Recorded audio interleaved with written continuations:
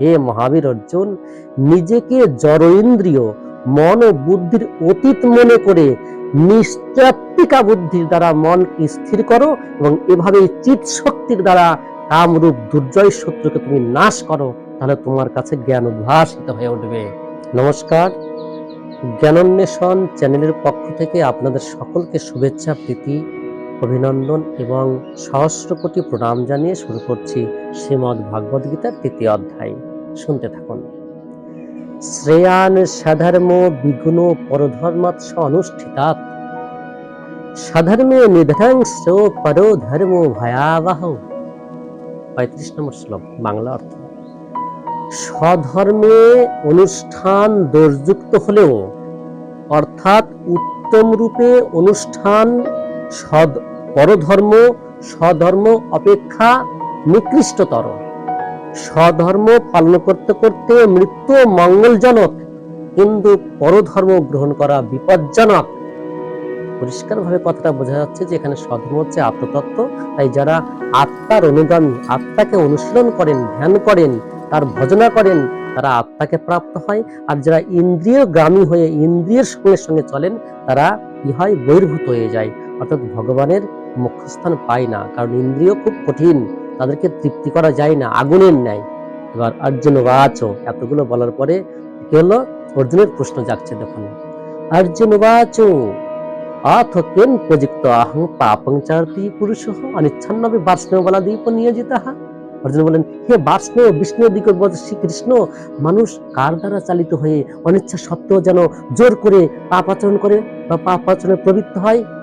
কত সুন্দর প্রশ্ন। দেখুন, যে মানুষ জেনে গেছে অনেকটা কিছু, জানার পরেও সে চাইছে না যে আমি পাপ কর্ম করবো, তাহলে এমন তার মধ্যে কি আছে যাকে জোর করে পাপ কর্ম করাতে বাধ্য করছে?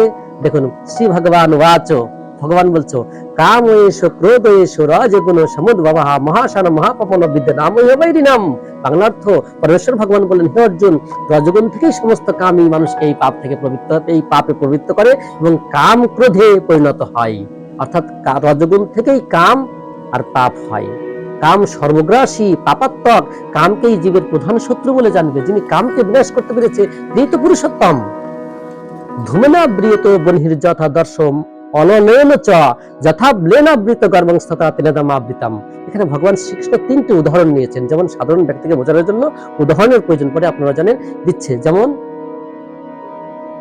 ধূম দ্বারা আগুন ঢাকা থাকে, যেমন ময়লা বা ধুলোবালি দ্বারা আয়না ঢাকা থাকে, এবং মায়েদের যে গর্ভ ধারণ করে আমাদের মায়েরা 10 মাস 10 দিন সহ্য করে যে বাচ্চাটা পেটের মধ্যে থাকে, ওটা জরায়ুর মধ্যে থাকে, যেমন থাকে তেমনি জ্ঞানও আমাদের সকলের মধ্যে আছে। হ্যাঁ, এই মায়া দ্বারা আবৃত থাকে আমরা সবাই। তারপরে বলছে, আবৃতং জ্ঞানমেতং জ্ঞানিনা নিত্যবৈরিণা কামরূপেণ কন্তেও দুষ্পুরেণ অনলেন চ। কামরূপী চিরশত্রু দ্বারা জীবর শুদ্ধ চেতনা আবৃত হয়। এই কাম দুর্বারিত অগ্নির মতো চির অতৃপ্ত, কোনোদিন এই কাম তৃপ্ত হয় না। মানুষ ভাবতে থাকে যে আমি এটা নিব সেটা নিব, দিয়ে বাসনা যত বৃদ্ধি পায় তার আশা তত বৃদ্ধি পায়। এইভাবে লম্বা হতেই থাকে তার জীবন, কিন্তু ঈশ্বর সাধনা শূন্য হয়ে যায়। ইন্দ্রিয়াণি মনোবুদ্ধির স্বাধিষ্ঠানম উচ্যতে এতর বিমূর্ত তেষ জ্ঞানমাবৃত দেহিনাম। 40 নম্বর শ্লোক। ইন্দ্রিয় সমূহ মন ও বুদ্ধি এই কামের আশ্রয়স্থল। তাহলে কেন বললাম ইন্দ্রিয় সমূহ? অর্থাৎ হস্ত পদ বাক পায় উপস্থ চক্ষু কর্ণ নাসিকা জিহ্বা ত্বক মন বুদ্ধি, মানে এরা কামেরই আশ্রয়স্থল, মানে কাম এদেরকে পরিবেষ্টিত করে আছে। মানে একটু বুঝে যাবেন, আমি পরের ভিডিওতে বলবো, আপনারা কমেন্ট করবেন যে এই যে কামের আশ্রয়স্থলটা কেমন, এই জায়গাগুলো। আপনারা তো কমেন্ট করেন না, তো আমি কি করে উত্তরগুলো দেব? এই ইন্দ্রিয় আদির দ্বারা কাম জীবের প্রকৃত জ্ঞানকে আচ্ছন্ন করে রাখে, মানে ঢেকে রাখে, তাকে বিভ্রান্ত করে। তস্মাদম ইন্দ্রিয়ম নাদৌ নিয়ম ভরতের সব পাপান মাং প্রজাতি এনং জ্ঞান বিজ্ঞান নাশনম। অতএব হে ভরত শ্রেষ্ঠ অর্জুন, তুমি প্রথমে ইন্দ্রিয়গুলিকে নিয়ন্ত্রিত করে জ্ঞান ও বিজ্ঞান নাশক পাপের প্রতীক রূপ ওই কামকে বিনাশ করো। এখন 42 নম্বর শ্লোক। ইন্দ্রিয়াণি পরন্নাহরি ইন্দ্রিয়াভ্য পরেং মনহা মনসস্তু পরা বুদ্ধির যে বুদ্ধি পরশস্তু যা।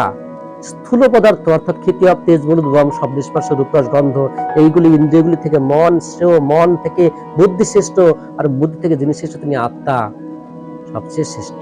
শেষ শ্লোকে ভগবান শ্রীকৃষ্ণ বলছেন, एवं बुद्धि परं बुद्ध्वा संस्तभ्यात्मनः जहि शत्रु महाबाहो काम रूपं दुराशदम। হে মহাবীর অর্জুন, নিজেকে জড় ইন্দ্রিয় মন ও বুদ্ধির অতীত মনে করে নিশ্চেষ্টিকা বুদ্ধির দ্বারা মনকে স্থির করো এবং এভাবে চিৎ শক্তির দ্বারা কামরূপ দুর্জয় শত্রুকে তুমি নাশ করো, তাহলে তোমার কাছে জ্ঞান উদ্ভাসিত হয়ে উঠবে। ওম শান্তি। ভারত মাতার জয় হোক, আমার গীতার জয় হোক। অর্থাৎ আমাদের যে গীতা সনাতনীপন্থী, সেটাকে আপনারা অগ্রসর করুন, বিস্তার করুন, সম্প্রসারণ করুন। কারণ ভারতীয় সংবিধানে দেওয়া আছে প্রত্যেক ধার্মিকেরাই তাদের ধর্মকে সম্প্রসারণ করতে পারবে, কিন্তু অপরের ধর্মকে খর্ব করে নয়। ওম শান্তি। শ্রীকৃষ্ণের জয় হোক। আমি এখানেই রাখছি, পরে আবার দেখা হবে।